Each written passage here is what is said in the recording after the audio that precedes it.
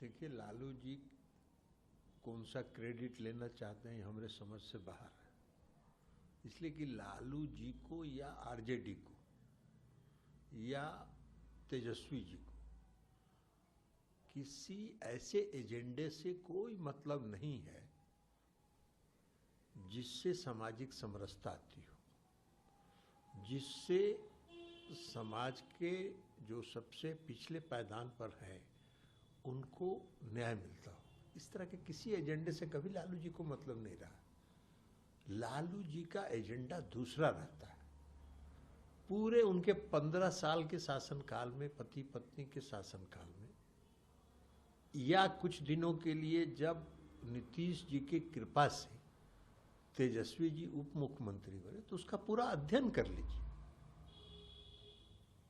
कोई उनका एजेंडा नहीं है। उनका एक एजेंडा है परिवारवाद। भाई हो जाए एमएलए, भाई मंत्री हो जाए, बहन हो जाए सांसद, दूसरी बहन भी हो जाए सांसद। लालू जी जब मुख्यमंत्री से इस्तीफा दें तो पत्नी हो जाए मुख्यमंत्री।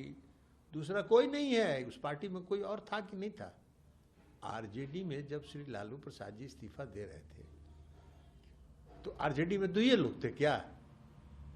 पति और पत्नी।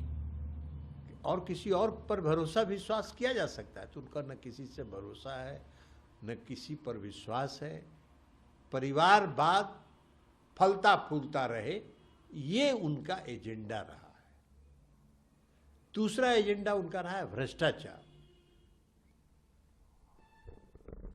पूरे शासनकाल में चारा घोटाला, फिर अलकतरा घोटाला, फिर जमीन, गरीबों से जमीन लिखवा के उसको नौकरी देने का घोटाला, रेलवे की संपत्ति बेच के उसके बदले पटना में जमीन लिखवा लेने का घोटाला। तो भ्रष्टाचार है। तो उनका दूसरा एजेंडा रहा है भ्रष्टाचार। उनका तीसरा एजेंडा रहा है तेजस्वी जी का, जो उसी भ्रष्टाचार से जुड़ा है। भाई, तेजस्वी जी का एजेंडा रहा है, वो कहते हैं कि हम नाबालिग थे जब मेरे नाम से हजारों करोड़ रुपया की संपत्ति आ गई। अरे भैया, कैसे नाबालिग को 1000 करोड़ रुपए की संपत्ति मिल जाती है? इसका कोई, आखिर बिहार की जनता यह भी जानने का हक रखती है ना कि आप अगर कहते हैं कि सामाजिक न्याय आपका एजेंडा है,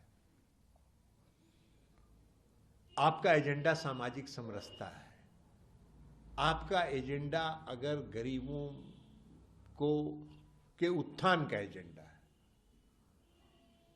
तो उसका कोई एजेंडा बताइएगा ना।